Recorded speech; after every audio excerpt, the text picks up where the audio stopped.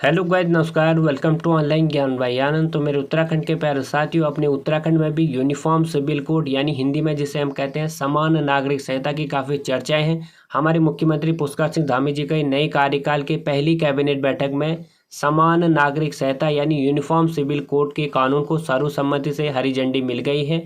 और हमारे पुष्कर सिंह धामी जी ने अपनी प्रेस वार्ता में बताया, जल्द ही विशेषज्ञों की टीम गठित करके इसके सारे पार्टों का अध्ययन करके अपने राज्य में इसको लागू कर दिया जाएगा। और अपना उत्तराखंड राज्य भारत में अकेला ऐसा राज्य होगा और पहला राज्य होगा जिसने अपने राज्य में यूनिफॉर्म सिविल कोड समान नागरिक संहिता लागू कर दी है।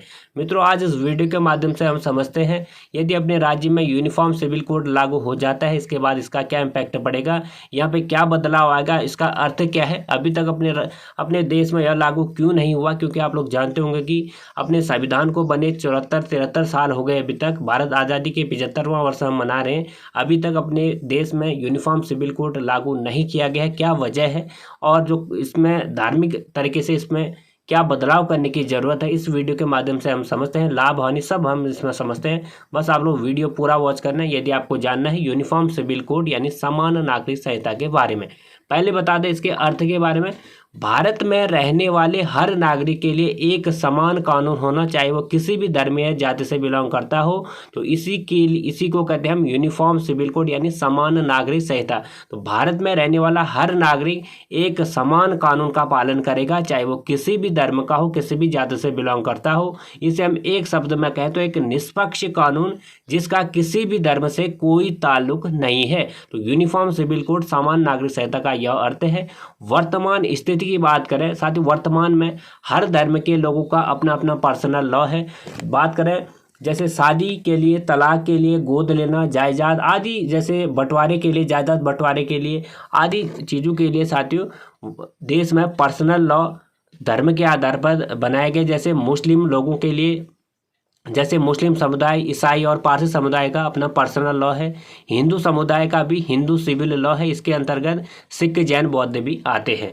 मित्रों, आप लोग जीता जागता उदाहरण से अवगत होंगे। जैसे हम मुस्लिम पर्सनल लॉ बोर्ड के ही एक नियम को आपको बता देते हैं। देश में मुस्लिम पर्सनल लॉ बोर्ड है।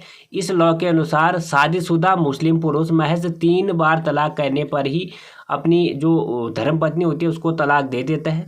यदि उस महिला को दोबारा उसी पुरुष से शादी रचानी होती है तो उसको एक दूसरे पुरुष से शादी पहले रचानी पड़ेगी, उसके साथ शारीरिक संबंध बनाने होंगे, फिर जाके उसकी शादी होगी, जिसे हम हलाला इसमें कहा जाता है, किसमें, मुस्लिम पर्सनल लॉ बोर्ड में। तो यह ऐसे जो नियम है साथियों वह इन बोर्डों के जरिए बनाए जाते हैं।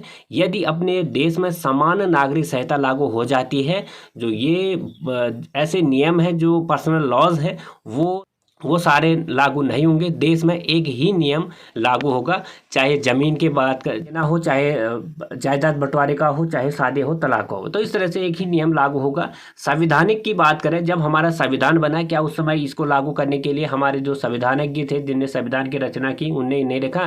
तो संविधान में समान नागरिक संहिता लागू करने का जिम्मा जो है राज्य को दे दिया था अनुच्छेद 44 के तहत। तो समान नागरिक संहिता लागू करने का जिम्मा जो संविधान रचनाकार थे हमारे, उनके द्वारा बताया गया कि राज्य चाहे तो अपने वहाँ पे समान नागरिक संहिता लागू कर सकता है। अनुच्छेद 44 में इसको जगह दी गई है। तो राज्य को ही डिसाइड करना है कि अपने राज्य में समान नागरिक संहिता लागू हो या ना हो। अभी तक की स्थिति बात करें, भारत में एक ही ऐसा स्टेट है जहाँ पे गोवा में कम तरीके छोटे लागू तो है पर कम स्तर पे है। तो हमारा उत्तराखंड यदि लागू हो जाता है तो हमारे उत्तराखंड में पहला राज्य होगा जहाँ पे यह नियम बनेगा।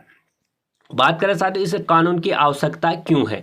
मित्रों, आप लोग जानते होंगे कि संवैधानिक जो हमारा जो धर्मनिरपेक्षता वाला शब्द है, आप लोग जानते हो कि भारतीय संविधान में प्रस्तावना में 42वें संविधान संशोधन के माध्यम से धर्मनिरपेक्षता शब्द को जोड़ा है। इसका अर्थ यह है कि धर्मनिरपेक्षता का कि भारतीय संविधान का उद्देश्य भारत के समस्त नागरिकों के लिए धार्मिक आधार पर किसी के साथ कोई भी भेदभाव नहीं किया जाएगा। लेकिन धर्मनिरपेक्षता तो जोड़ दिया हमने, बट देश में हमारा समान नागरिक संहिता लागू न होने की वजह से अभी भी हमारा एक बड़ा वर्ग भारत देश का धार्मिक कारणों की वजह से अपने अधिकारों से वंचित है। तो हमें अपने देश में इसको लागू करने की ज़रूरत है, अपने राज्य में इसको लागू करने की ज़रूरत है। बात करें साथियों इस कानून की आवश्यकता क्यों है। धर्म के अलग अलग कानून होने से न्यायपालिका पर बोझ पड़ता है। तो अलग अलग धर्मों का अलग अलग कानून है, तो इसी के लिए यदि उनका कोई विवाद, जैसे बंटवारे में विवाद हो जाता है, गोद लेने में, तलाक में, शादी में कोई विवाद हो जाता है, तो उसके लिए अलग अलग कानून होने की वजह से, पर्सनल लॉ बोर्ड होने की वजह से हमारी न्यायपालिका पर काफ़ी असर पड़ता है, जिसमें काफ़ी सारा टाइम लग जाता है और सारी हमें चीज़ें पेंडिंग हो जाती हैं। इसीलिए पूरे देश में एक ही कानून होगा, जैसे जायदाद के लिए, तलाक के लिए, गोद लेने के लिए, शादी के लिए और भी बंटवारे के लिए। तो इन चीज़ों में एक ही कानून लागू होने की वजह से न्यायपालिका पर ज़्यादा बोझ नहीं पड़ेगा और जल्द से जल्द इन चीज़ों की सुनवाई हो जाएगी। दूसरा है इसकी आवश्यकता में, शादी, तलाक, गोद देना और जायदाद बंटवारे में सबके लिए एक जैसा कानून होगा, चाहे वो किसी भी धर्म से हो। वर्तमान में इन मामलों का निपटारा अपने पर्सनल लॉ यानी निजी कानून से ये लोग करते हैं। महिलाओं की स्थिति में खासकर इस कानून को आने के बाद सुधार होगा। आखिरकार कैसे होगा सुधार, चलिए आपको बताते हैं साथियों। तो महिलाओं में कुछ इस तरह का सुधार होगा। कुछ धर्मों आप लोग जानते होंगे पर्सनल लॉ में महिलाओं के अधिकारों को सीमित किया गया है। यदि समान नागरिक संहिता लागू हो जाती है तो महिलाओं की स्थिति में सुधार आएगा। जो भी उनके अधिकार क्षेत्र नियत किए गए हैं उनका अधिकार क्षेत्र बढ़ जाएगा। समान नागरिक संहिता लागू होने से हमारी महिलाओं को भी ज़्यादा अधिकार मिल पाएंगे। अब बात आती है कि विरोध का कारण क्या है। विरोध का मेन कारण, विरोधियों का कहना है कि ये सभी धर्मों पर हिंदू कानून लागू करने जैसा है।